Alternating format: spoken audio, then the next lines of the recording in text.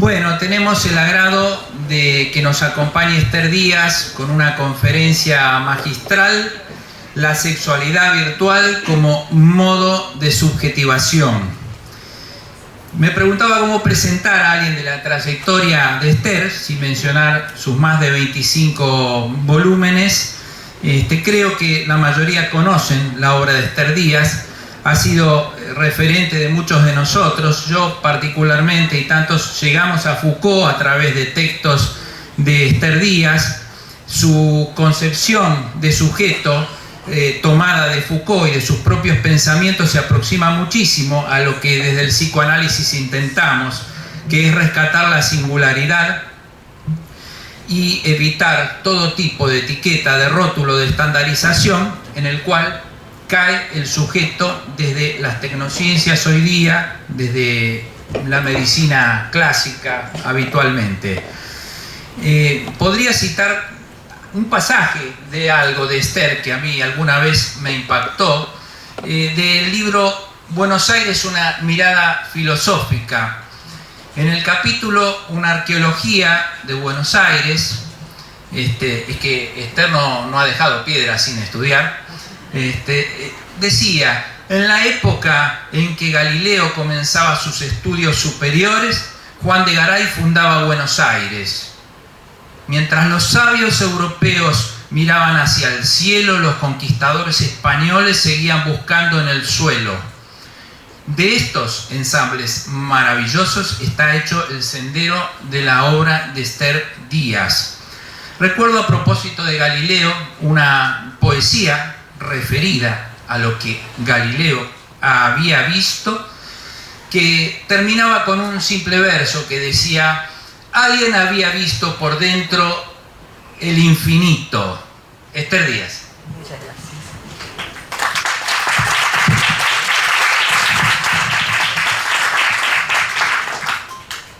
Bueno, muchas gracias a Alberto, a todos los que estuvieron trabajando duro para que esto fuera posible, y a ustedes, sin los cuales no sería posible esto, ¿no es cierto? Así que, bien, sé que desde ayer están trabajando de manera muy entusiasta y fructífera, así que espero poder aportar algo a esta fiesta del pensamiento que han tenido ustedes el deseo y el esfuerzo de llevar a cabo. Bien, comienzo entonces. Yo le comentaba a Alberto que recién estuve leyendo antes de venir lo que escribí para ustedes y me llevó 40 minutos más o menos. Entonces voy a tratar de reprimirme, de autorreprimirme y no hacer comentarios ad hoc, como me dan ganas muchas veces. A algunos se me va a escapar, pero para no aburrirlos demasiado, que no sea demasiado larga la exposición. De todos modos, si me paso, me avisa el profesor, ¿eh? Bueno, entonces, la primera, bueno, ya saben cómo se llama, ¿no es cierto?, la conferencia, la sexualidad virtual como modo de subjetivación. La primera pregunta que surge cuando se sabe que una mujer está embarazada es si es varón o mujer, lo que está esperando, ¿no? Que, curiosamente, es también la primera pregunta que se hace cuando se comienza cualquier chateo entre dos desconocidos, sobre todo si al menos uno de ellos se conecta con fines de cachondeo. En este caso, la pregunta es sintética: H o M, con el signo de pregunta, como si fuera en inglés, ¿no? Sin empezar, H o M. Bien, otro tanto ocurre en un siniestro policial, donde el lenguaje forense reporta, por ejemplo, hay dos occisos, uno masculino, otro femenino. Aunque el discurso policial y el periodístico amplían su vocabulario, sí, el occiso es asimilado a alguna sexualidad no canónica. En este caso se destaca si es gay, si era gay, travesti o transgénero. Es decir, que no solo desde antes de llegar a este mundo comenzamos a ser sujetos en función del sexo, durante toda la vida nuestros documentos proclaman nuestra identidad sexual y, para certificar nuestra muerte, también se debe registrar el sexo. Parecería que sin identidad sexual no somos nada, como se dice en los velorios. El sexo es constitutivo de nuestra subjetividad y de nuestra identidad, como más o menos acabo de decir. El reconocimiento social y personal surge desde la genitalidad primero, hombre o mujer, y la sexualidad después. La genitalidad es una determinación biológica del sexo. La sexualidad, en cambio, es una construcción subjetiva y social, a partir de la identificación con uno de los dos géneros sexuales hegemónicos o con géneros alternativos independientemente de los órganos sexuales con los que se haya nacido. Actualmente nos invaden las imágenes eróticas televisivas, el sexo explícito, surge de los medios y de internet, repiquetea también en líneas calientes. Proliferan las referencias sexuales en casi todos los órdenes sociales y, fundamentalmente, en todas las pantallas, TV, PC, adminículos virtuales mínimos, teléfonos celulares y demás aparatos digitales que, con solo apretar una tecla, muestran imágenes o pueden mostrar imágenes obscenas. Estamos arrojados a una especie de pansexualismo o inflación de la sexualidad. Los señores se sentirán identificados con esto, inflación de la sexualidad. Sin embargo, este fenómeno no es un invento postmoderno. Su origen, fundamento y desarrollo comenzó en plena madurez de la modernidad. Nosotros simplemente asistimos a su consumación y, como sabemos, lo que se consuma, se consume. El deseo en sí mismo no tiene objeto, como saben ustedes mucho mejor que yo, por vuestra profesión. Simplemente desea. Pero cuando se quiere ejercer dominio sobre los cuerpos o la vida de las poblaciones, se codifica el deseo, se le da una representación, se construyen objetos de deseo. Luego se establece lo que es normal en búsqueda de la satisfacción y se sanciona a quien no se atiene a esa pretendida normalidad. La sexualidad es una codificación del deseo, no es deseo en estado puro. La modernidad fue hipersexualista. La moralina victoriana fue prueba de ello. Estoy hablando del siglo XIX. Con la excusa de eludir la manifestación de los sentimientos, la exposición de los cuerpos y la satisfacción de las pulsiones, desplegaba un escenario social en el que todo el mundo estaba pendiente de aquello de lo que no se habla. Y, como dice Michel Foucault, se constituyeron los dispositivos de sexualidad. Esto ocurrió entre el fin del siglo XVIII y durante todo el siglo XIX.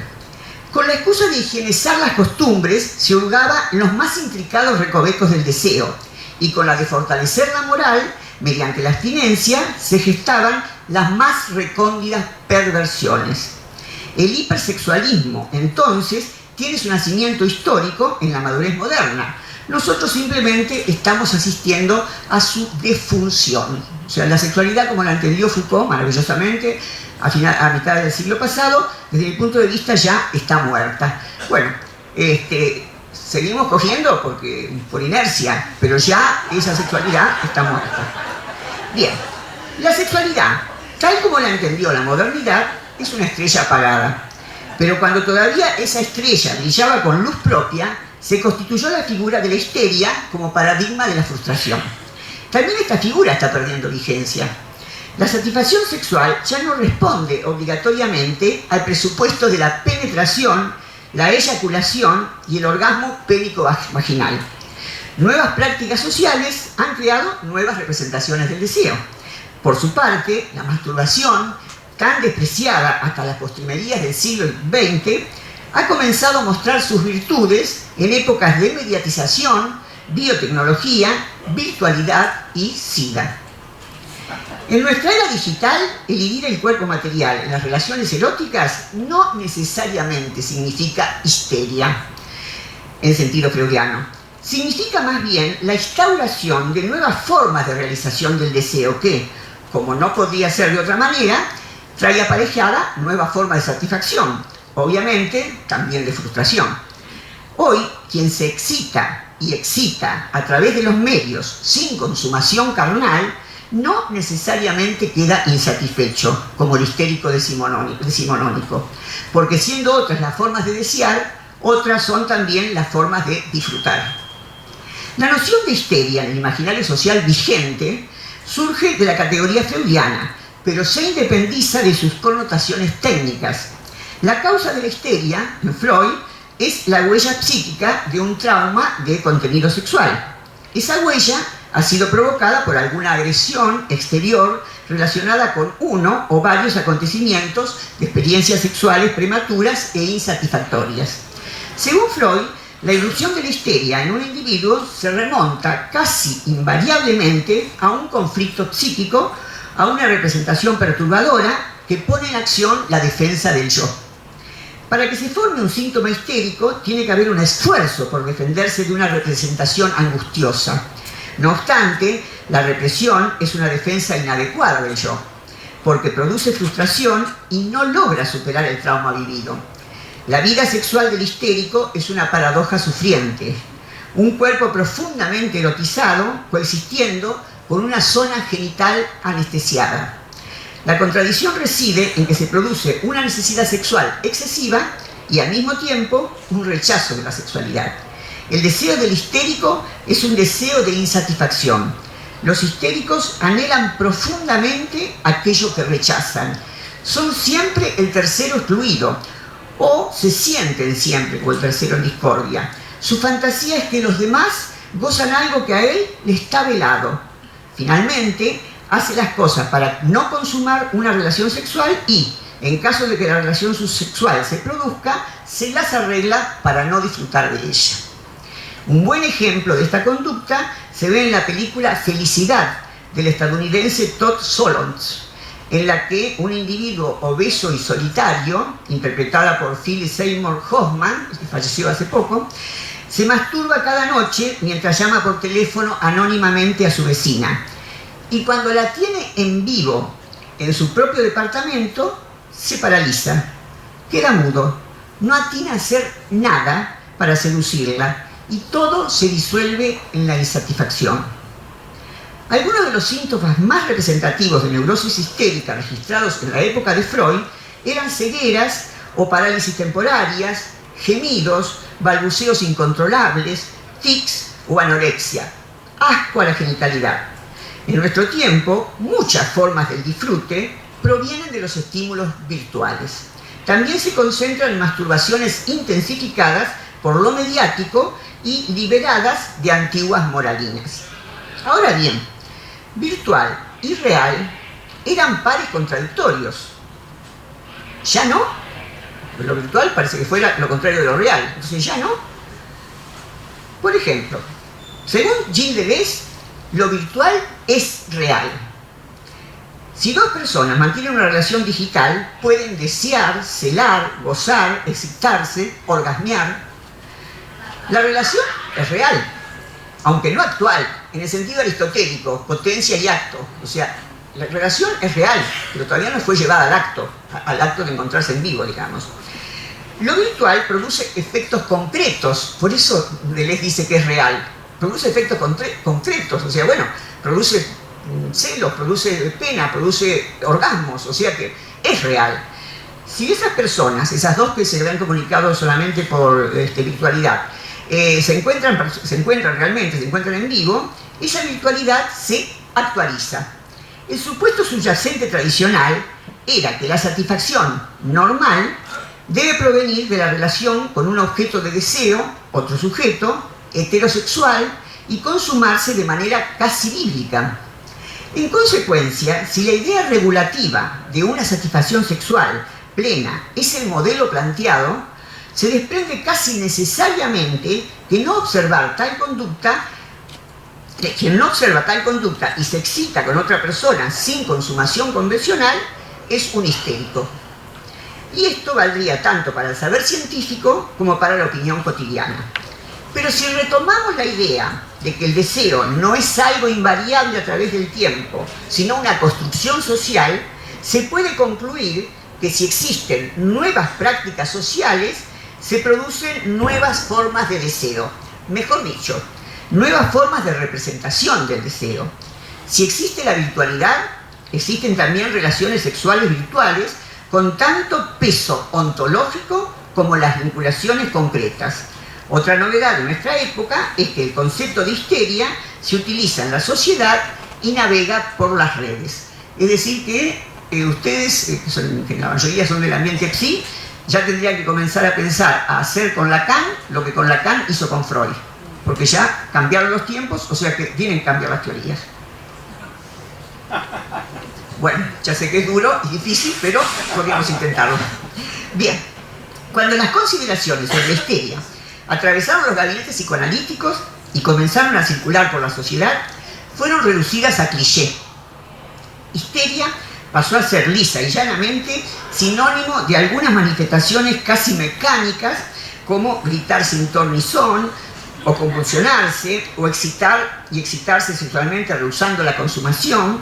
Otra pérdida de sentido, sufrida por la noción de histeria, es en su traslado de los ámbitos científicos al imaginario social, fue la idea de que quien histeriquea lo hace conscientemente, es decir, pone su voluntad y libre arbitrio al servicio de seducir a alguien y luego rechazarlo sexualmente.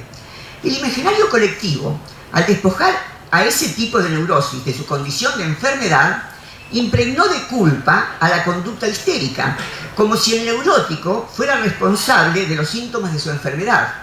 De más está decir que en la versión cotidiana de histeria ni se considera el sufrimiento del histérico.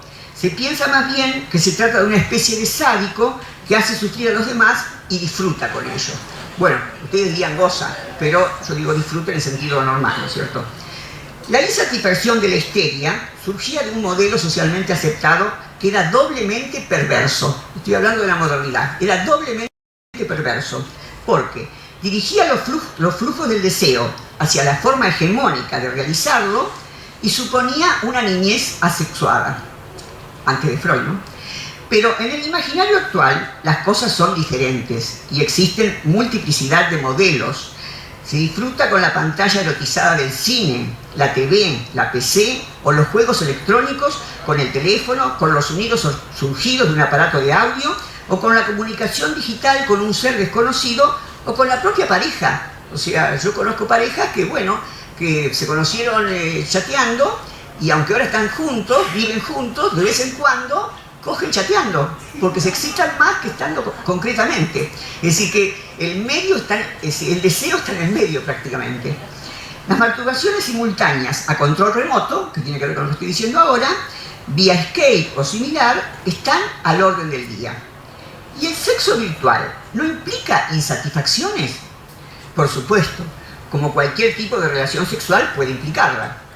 En este caso, puede ser la falta de cuerpo, de piel, de contacto, de olores, de apretujones, caricias, intercambio de flujos y de cierta aura, diría Walter Benjamin refiriéndose a la reproducción cinematográfica, en el sentido de que ya no está el actor, sino que está proyectado, ya que el aura es decir, la sublimidad de una experiencia concreta, ¿no?, de seres que estamos con el cuerpo presente, únicamente se produciría ante la presencialidad no mediatizada del otro. Eso sería el aura, ¿no? El aura que, bueno, que se ha perdido ahora con comunicarse de manera mediática. Cabe ahora preguntarse, ¿qué saberes y aptitudes se necesitan para practicar sexo digital e ir subjetivándonos de manera diferente a la moderna? Para la gente joven y muy joven, las aptitudes ante lo digital surgen de manera cuasi natural. Manejar Internet y otros dispositivos digitales y saber que aunque es un medio virtual en el que reina la mentira, funcionan con los mismos códigos que en la realidad concreta. Atentos a esto. Fidelidad, estoy hablando de relaciones virtuales, fidelidad, calentura, trampas, celos, seducciones, indiferencia, desdén, entre otros sentimientos mediante los que nos relacionamos los humanos. Y si antes dije que para esa relación es necesario mentir, es por experiencias propias. Cuando por primera vez me pidieron escribir sobre estos temas, obviamente consideré que no podía escribir sobre lo que no conocía. Así que me metí a chatear a la noche bien tarde, que es cuando más interesante se ponen las cosas. Y fue apasionante, porque yo estaba en un salón que un tipo me ofreció sexo y le dije que sí y empecé a forbar con él. Y otro me ofreció también. Digo, qué divertido que es esto, por fin realicé la fantasía. Y usted estaba con tres al mismo tiempo. Hasta que uno se dio cuenta y le agarró un ataque de celos, me echaron del salón por puta.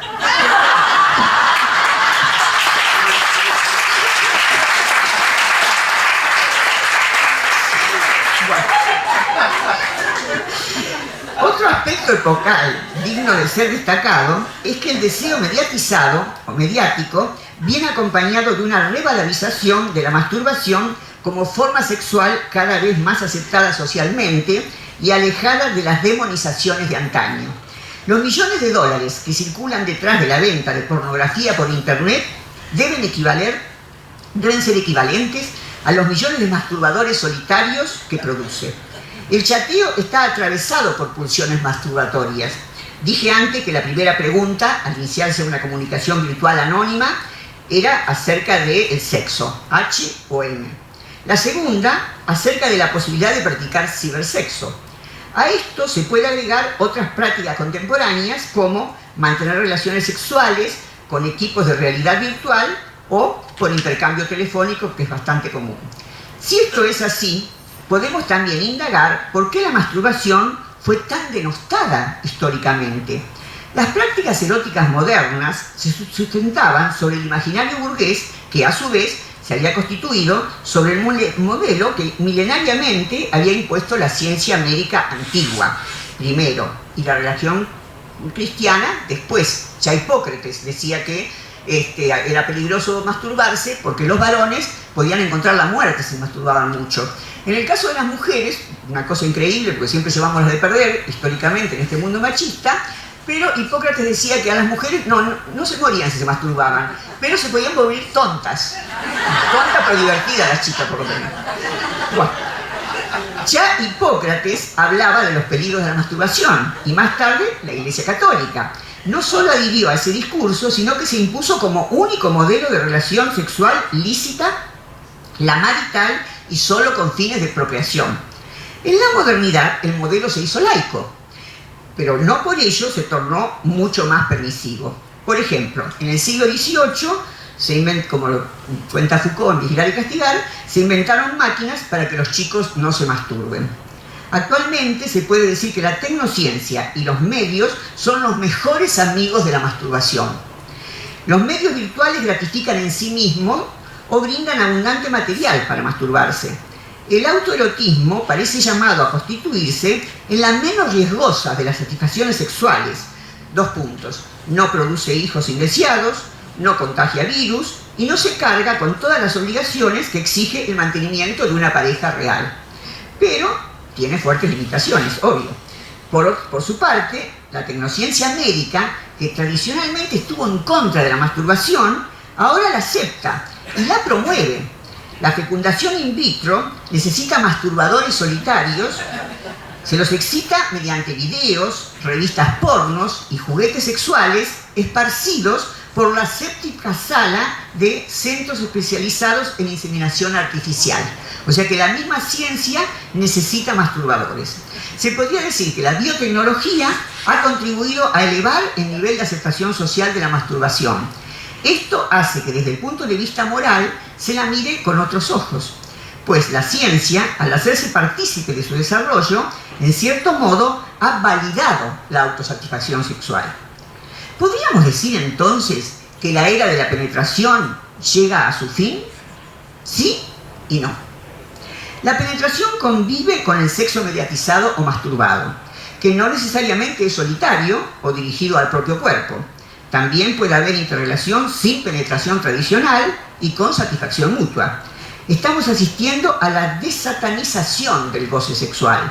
En una cultura hiperindividualista, el sexo individual no desentona. Máxime cuando la tecnociencia le sirve como garantía y el mercado como estímulo. Existen miles de personas que nacieron de la masturbación de innumerables donantes. Hay seres vivos clonados, seres que como Jesús han nacido exentos de cualquier actividad sexual. A ello hay que agregarle que nadie ignora el peligro del SIDA. En consecuencia, la nueva configuración de los mapas de amor está desarticulando la idea de que no consumar con el objeto concreto es siempre desolador. Si el deseo no tiene objeto y lo que imaginamos que es nuestro objeto de deseo es en realidad una representación de algo inalcanzable, podría ser que la representación del deseo actualmente comience a ser el medio mismo. Es decir, que el deseo y la satisfacción esté ya en el medio. Por eso uno ve un sábado a la noche, por ejemplo, vas a un restaurante, una pareja cenando y los dos, cada uno con su celular en la mano. Esto es una cosa que se ve continuamente, parejas o incluso grupos de personas. Entonces quiere decir que ya hay más satisfacción en el medio que en las personas concretas. Marshall McLuhan anunciaba los tiempos de la globalización y decía: el medio es el mensaje. Hoy, en estos tiempos, los que anunciaba él en mitad del siglo pasado, han llegado, se puede agregar que el medio, además del mensaje, es el deseo. Se impone otro interrogante: ¿qué cambios ha producido la subjetividad sexual virtual en las relaciones desde una perspectiva de género? Bajo el amparo del anonimato, la mujer puede avanzar en la seducción con una especie de impunidad que no suele disfrutar en las relaciones concretas. Además, Internet es una vidriera homogenizante de estímulos, porque el erotismo, históricamente, ha estado pensado para el placer masculino. En cambio, en la red hay estímulo para todos los gustos. Sin embargo, solo un 35% de quienes practican cibersexo son mujeres. Veamos el tema desde otra perspectiva. ¿Qué efecto tiene el contacto visual con cuerpos perfectos frente a la realidad de los cuerpos comunes? Fundamentalmente, una mayor presión respecto del aspecto físico, el miedo a la decepción o a decepcionar, la agudización del rechazo a la vejez, la gordura, las imperfecciones, aunque también, y por suerte, existen quienes no buscan necesariamente cuerpos perfectos. Porque tengo otra cosa para comentarles de esa experiencia que hice con el cibersexo, que como bueno, yo era totalmente ingenua respecto de eso, porque no conocía nada, cuando me preguntaron la edad, la dije, y me despreciaban por vieja. O sea que para poder tener relaciones sexuales mediáticamente, hay que ver qué edad le conviene al otro que digas, porque si sos mayor, lo más probable es que te expulsen. Nunca entré porque la verdad es que me interesan menos en salas de viejos, y si digo si los jóvenes se me expulsan. Bueno, los jóvenes actuales han nacido bajo el influjo de las pantallas virtuales. En algunos casos han estado más horas frente a una pantalla portadora de imágenes de cuerpos perfectos, ajenos a la familia, que frente a la materialidad de cuerpos maternos o paternos, concretos que en otros tiempos provocaban atroces deseos incestuosos. Estos jóvenes han comenzado a desarrollar sus actividades sensoriales tocando teclas de computadoras que les abrieron las puertas de mundos maravillosos o a veces terroríficos. ¿Por qué se debería querer una satisfacción más allá del medio mismo, si en el medio ya se encuentra la satisfacción o cierta satisfacción? Es dable preguntarse a sí mismo si la palabra erótica, en el chateo o en la virtualidad, adquiere una nueva jerarquía. Erotismo, además de sexo, implica seducción y cierto tinte amoroso. Digitalmente se suele abordar el sexo de manera más directa y menos cautivante que en las relaciones concretas, y en general se producen más contactos sexuales que eróticos. ¿Se entiende, no? Más contactos sexuales que eróticos. ¿Qué límites se disuelven y cuáles se mantienen en estos nuevos modelos de subjetivación sexual virtualizada? Considero que únicamente la mentira disuelve los límites, lo que conté hace un rato, ¿no? O sea, mentir para que te acepten. Porque si un adulto mayor entra en un salón virtual de jóvenes, es discriminado. Otro tanto ocurre con las diferencias culturales, religiosas, étnicas y corporales. Pero Internet tiene también su antídoto, ya que hay sitios para quienes se excitan con cualquier tipo de diferentes. Minusválidos, hay gente que se excita con gente paralítica o que le faltan miembros, ancianos, animales, sádicos, masoquistas y, mal que nos pese, pedófilos. Y ahora la última pregunta. ¿Cómo viven las personas que hoy tienen más de 40 años estos cambios? ¿Cómo lo viven quienes tienen más de 60? Una respuesta posible es que se queden tranquilos, porque existen espacios eróticos virtuales para personas de 18 a 99 años. La franja etaria de 40 a 60 está cada vez más activa en este rubro, aunque también se producen citas a ciegas y desde ya cibersexo entre personas de más de 60. Todos estamos invitados a la fiesta digital. Dije antes que la sexualidad es constitutiva de nuestra subjetividad. Agregó ahora que en épocas de informática y prótesis digitales, celulares, tabletas, mini productores de imágenes, sonidos, computadoras de bolsillo, etc., la constitución de nuestra subjetividad se modula virtualmente. Ya no estamos preparados solamente para la presencia material de nosotros mismos en interacción con el otro en una actividad concreta que nos conforma como sujetos. Nuestras capacidades se sutilizaron. Estamos capacitados para sentir, odiar, amar, disfrutar o sufrir por medios remotos. Un email que deja al descubierto una traición puede desatar tormentas tan reales como virtual podría haber sido la relación tramposa que se acaba de descubrir. Ustedes saben que la causal de divorcio por haber descubierto estas traiciones virtuales en Buenos Aires es del 35% más o menos en este momento. Cierro esta reflexión con un paneo cinematográfico sobre un futuro cercano, tan cercano que situaciones similares deben de estar ocurriendo en algún Silicon Valley del planeta. Nos encontramos con Teo, un hombre sensible y solitario que se gana la vida escribiendo cartas de amor para terceros. De puro aburrimiento, adquiere un sistema operativo que promete una entidad intuitiva personalizada. Samantha es su nombre. Su voz, levemente difónica, sensual y sagaz. Se enamoran. Estamos viendo Her, ella, de Spice Girls, y en ese futuro no se utilizan manos para lo digital, simplemente se habla, se escucha y hasta se ven imágenes en pantalla. Yo creo que uno de las consignas era la pantalla. Bueno, el próximo congreso ya va a tener que ser lo digital sin pantalla, porque en esta película se ve cómo aparece acá, por ejemplo, entre nosotros, seres digitales que ya no están enmarcados en pantalla.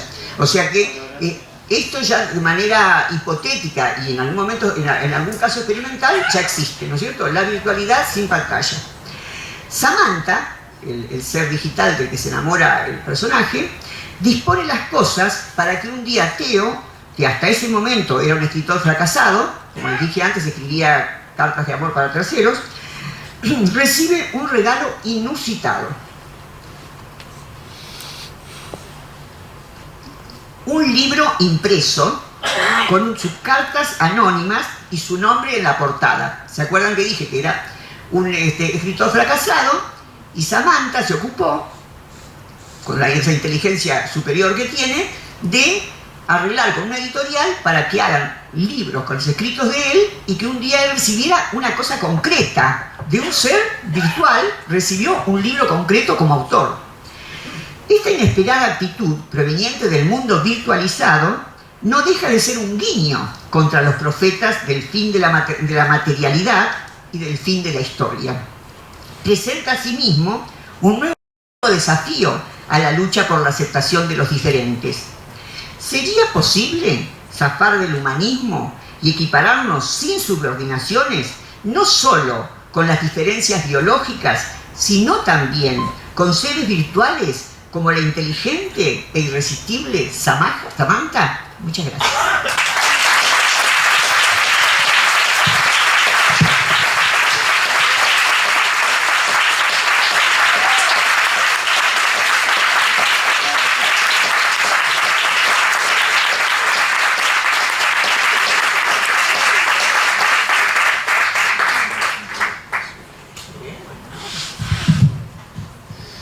Bueno, breves reflexiones después de una conferencia extraordinaria. Lo virtual es real. Bueno, el amor tiene cierta virtualidad, con o sin presencia del otro, a través o no de una pantalla, ¿no? Pensaba en la moral epocal en relación a de quién es el cuerpo, tanto para la masturbación como para cuestiones que todavía están en debates en la sociedad, sobre todo de quién es el cuerpo de la mujer, ¿no? Pensaba también que de alguna forma el mundo digital hace polvo al sujeto, tomando las experiencias relatadas, ¿no? Y ofrezco en todo caso un breve ida y vuelta con Esther Díaz para lo que quieran preguntarle. Sí les pido que quien quiera realizar una pregunta se acerque para hablar desde el micrófono.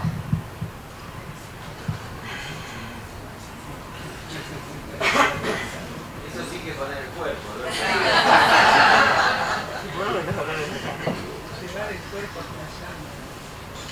Vamos, Balsa. Prefiere la virtualidad, me parece, compañero.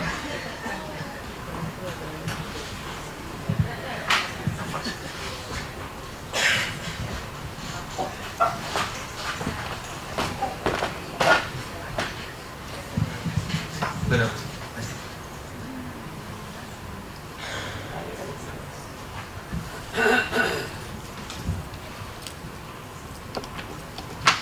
Brevemente, si podías ampliar un poquito lo de Benjamin que mencionaste respecto de Laura y respecto de lo que traías de Deleuze, lo virtual es real, porque lo virtual es real, pero ¿dónde está la ausencia entonces? Y el amor, hasta donde yo sé que ya... ¿El amor qué, perdón? El amor es presencia y ausencia. Sí. Si no entendí mal, si bien lo virtual es real, y estableciste una diferencia entre virtual real y lo actualizado. Me pregunto si lo virtual no ha eliminado la ausencia. Esto sí.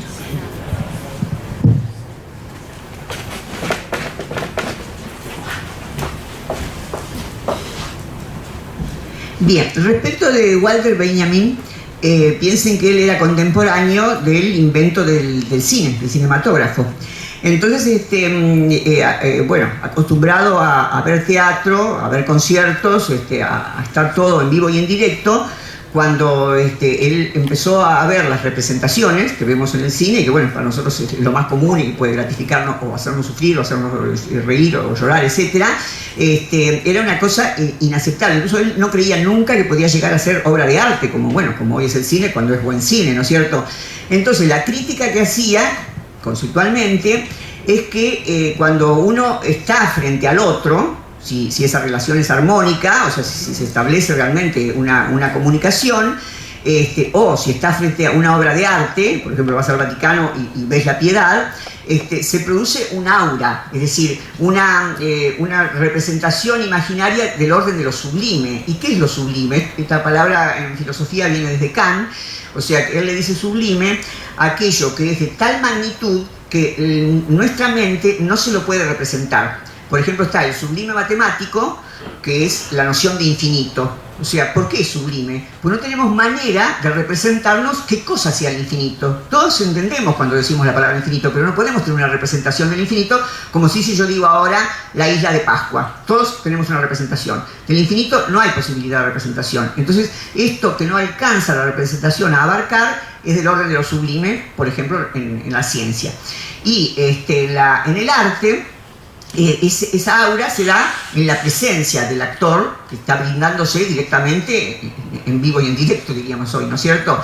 Así que él pensó que era un fracaso en el sentido de que no iba a pasar de ser una cosa novedosa y nada más, y nunca imaginó que el cine iba a llegar a ser tan importante, bueno, como es en la vida nuestra, ¿no? Al punto tal de que en una conferencia de tipo académico yo cito una película y todos podemos adecuar tranquilamente nuestro pensamiento conceptual en función de estos ejemplos, como suele pasar en la clínica con ustedes, ¿no es cierto? O sea que ya no hay muchas diferencias entre lo que pasa en el cine y lo que pasa en la vida real. Entonces, llevando esto a la temática que estuvimos trabajando nosotros de la virtualidad, creo que pasa lo mismo. Cuando recién comenzó el asunto de tener relaciones sexuales virtualmente, se consideraba una cosa despreciable, una cosa que, bueno, que no iba a tener futuro. Pero resulta que no solo tuvo futuro, sino que nos está invadiendo realmente.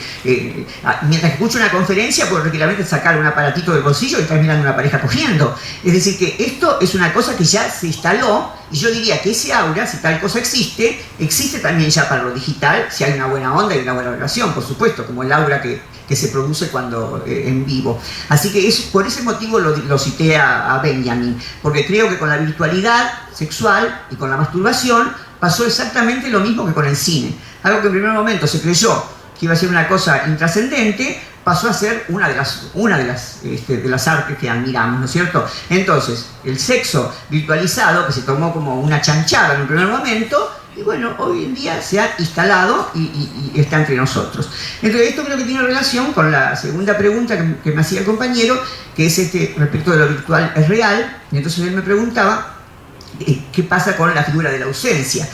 Lo que pasa es que yo no sé bien cómo la viven ustedes o cómo la conceptualizan ustedes como psicoanalistas, pero en filosofía la ausencia casi siempre es sinónimo de reafirmar la presencia. Dice Sartre, por ejemplo, Jean-Paul Sartre, estoy en un bar esperando a un amigo que es súper puntual. Él siempre está al horario que tenemos que estar. Entonces, si yo llego al bar y está él, me olvido de él. ¿Por qué? Porque empezamos a hablar de cine, de los amigos, de libros, de cosas, y no estoy pensando, ay, qué suerte que estoy con fulano, qué suerte que... No, me olvido de él. Me meto en la conversación, ¿no es cierto? Pero si llego y no está en la mesa, ya me empiezo a preocupar. Porque qué raro, es tan formal con el horario y no está. Entonces pasan los minutos y cada vez pienso más en él. Y si ya es piense que no había teléfonos celulares, ¿no? En la época que escribía Sartre.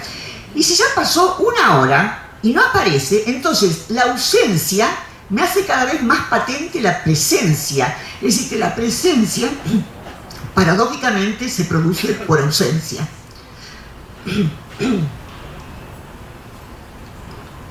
Entonces, cambiando lo que hay que cambiar, vayamos ahora a lo que dice Deleuze. Deleuze dice, lo virtual es real. ¿Y por qué es real? Porque produce efectos reales. Como dijimos antes, o sea, bueno, hay divorcios que se producen a raíz de alguna relación virtual que se descubrió, por ejemplo. Hay celos, hay odio, hay amor y hay orgasmeo. Es decir, que existen cosas concretas, tiene efectos concretos. ¿Y cuál es la diferencia entonces? Uno le preguntaría, cuando realmente una pareja, por ejemplo, se encuentra, después de haber tenido sexo virtual, se encuentran realmente. Bueno, volvemos a Aristóteles. Ahí lo que estaba en potencia, que era lo que se hizo virtualmente, se convierte en concreto, tiene acto. Entonces, no es lo mismo real que concreto. Lo que dice Deleuze es que lo virtual es real, pero no es concreto. Cuando esa virtualidad real se actualiza, entonces recién ahí se convierte en concreto. ¿Contesté la pregunta? Muchas gracias.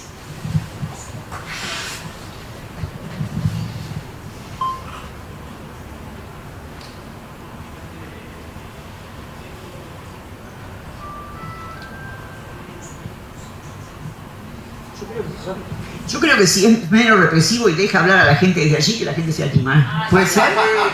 ¿Qué les parece? ¿Tenemos un acto de rebelión?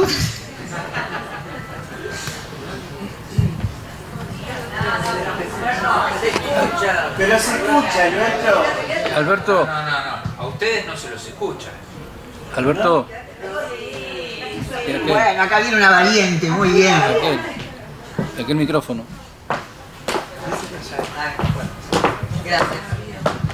Bueno, Esther, primero agradecerte enormemente una conferencia de una ética maravillosa. Justamente el tema, una reflexión mínima. Yo laburo mucho con adolescentes.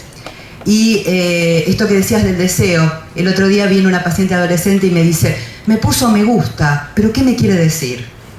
Con lo cual el deseo va a seguir existiendo y existe y es el motor de todo esto. Pero mi pregunta era, he pensado hasta ahora a esta cuestión de la demonización de la pantalla o de lo virtual, que se escucha mucho, ¿no? Nos perdemos, no nos encontramos, encontrarse en el chat no es encontrarse, como una cuestión de los no nativos, nosotros, en relación a los nativos que son los adolescentes.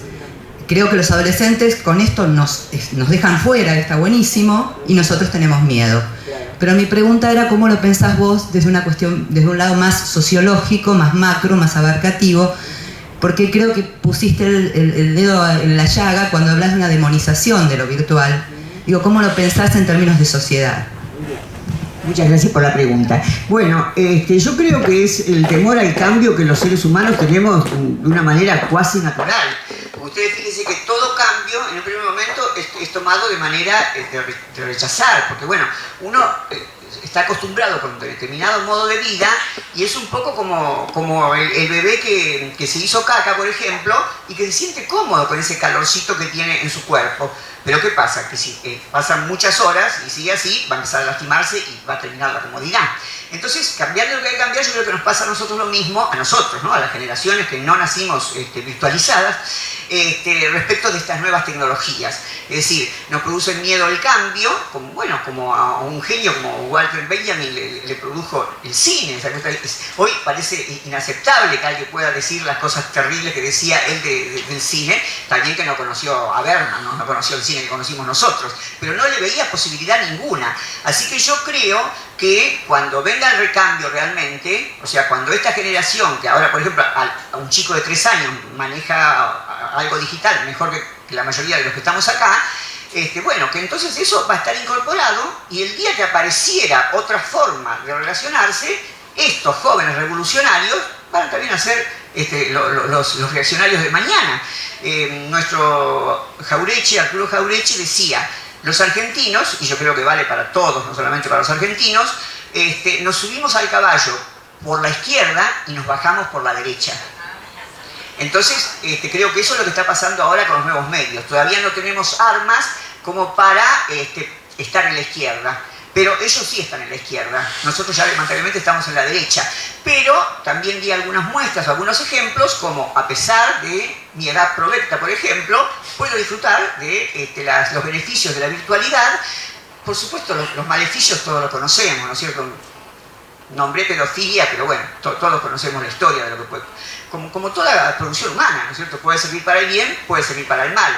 Así que yo entiendo que es una etapa de transición, que como toda etapa de transición hay mucho rechazo, pero di dos ejemplos que desde mi punto de vista son contundentes. O sea, la ciencia hoy promociona la masturbación y los medios, bueno, muchos de ellos, como los que tienen agencias para vender sexo virtual, la venden y viven de eso. O sea que es una realidad que se está imponiendo. Así que a mí me parece que un espacio como y como lo están haciendo ustedes de ayer y siguen hoy, es una medida, desde el punto de vista de Foucault diríamos microfísica o micropolítica, para poder adaptarnos o pelear si es necesario. No tenemos por qué adaptarnos si consideramos que es malo, o sea, para considerar, para poner en problema, como estamos haciendo ahora, el tema. Yo no sé si es bueno o es malo, pero sé que cada vez nos invade más. Entonces, si nos invade más lo tenemos que pensar y tenemos que discriminar desde qué punto de vista esto es aceptable y quién no. Por supuesto que hay exceso, ya lo sabemos, pero ¿con qué cosas no hay exceso? Somos seres humanos, o sea, y tenemos esta realidad. Y además, un tema que no es pertinente para lo que ustedes trabajaron, pero sí es muy pertinente para lo que se está viviendo en la sociedad en general y en el mundo, con el tema de la seguridad. O sea, esta virtualidad ha hecho que se disuelva, como dijo recién Santieri, que se haga polvo nuestra subjetividad y sobre todo nuestra intimidad. Porque fíjense que si alguien tiene en este momento un aparato súper sofisticado, sabe perfectamente a dónde estamos cada uno de nosotros, por el celular que llevamos en el bolsillo o en la cartera. Es decir, que hemos perdido absolutamente la intimidad. Y bueno, contra esto no creo que podamos luchar. Entonces, ¿qué tenemos que hacer? O sea, bueno, un poco lo que dicen los estoicos, ¿no? Es decir, tener claro las cosas que se pueden cambiar, pero las que no se pueden cambiar, aceptarlas en el sentido nietzscheano. Así la quise. O sea, el amor fati de Nietzsche quiere decir, cuando algo es irremediable, que es así y que ya no la puedo dar vuelta, entonces me alegro de que pase. Esta es la vida, así la quise, la reafirmo. Y mi discurso lo que intenta es reafirmar la vida. Por eso, ante esta realidad que nos invade, en vez de combatirla de manera refractaria, yo lo que propongo es aceptarla y reafirmarla, siempre y cuando sea que nos produzca pasiones alegres. Y ahora voy a citar a Spinoza. Spinoza decía que la realidad, y en este caso nosotros podemos agregar la virtualidad, solamente nos afecta con dos tipos de pasiones: pasiones tristes o pasiones alegres. Entonces, las pasiones tristes son malas. Esto lo dice en su Ética. Él en ningún momento habla de moral. ¿Por qué? Porque lo ético, para Spinoza, es estar alegre. Porque cuando uno está alegre, supónganse que uno está alegre porque está enamorado y es correspondido, entonces ¿qué pasa con los otros? Todo es maravilloso, somos buenos con todo el mundo. O sea que lo ético es estar alegre. Pero no somos responsables de que la realidad nos afecte con una de las dos pasiones. Entonces, y ahora ya pienso por mi cuenta, pero a partir de lo que dijo Spinoza, yo creo que cuando nos afecta con pasiones tristes, por ejemplo, no nos bancamos estas nuevas tecnologías en algunos sentidos, tenemos que tratar de que esa indignación, esa fuerza, esa intensidad de la indignación que me puede producir una pasión triste, hacer una torsión y convertir eso en creatividad, en placer y sobre todo en alegría, porque reafirmar la alegría yo creo que es lo que tenemos que hacer en el breve espacio que tenemos para circular por este mundo. Muchas gracias.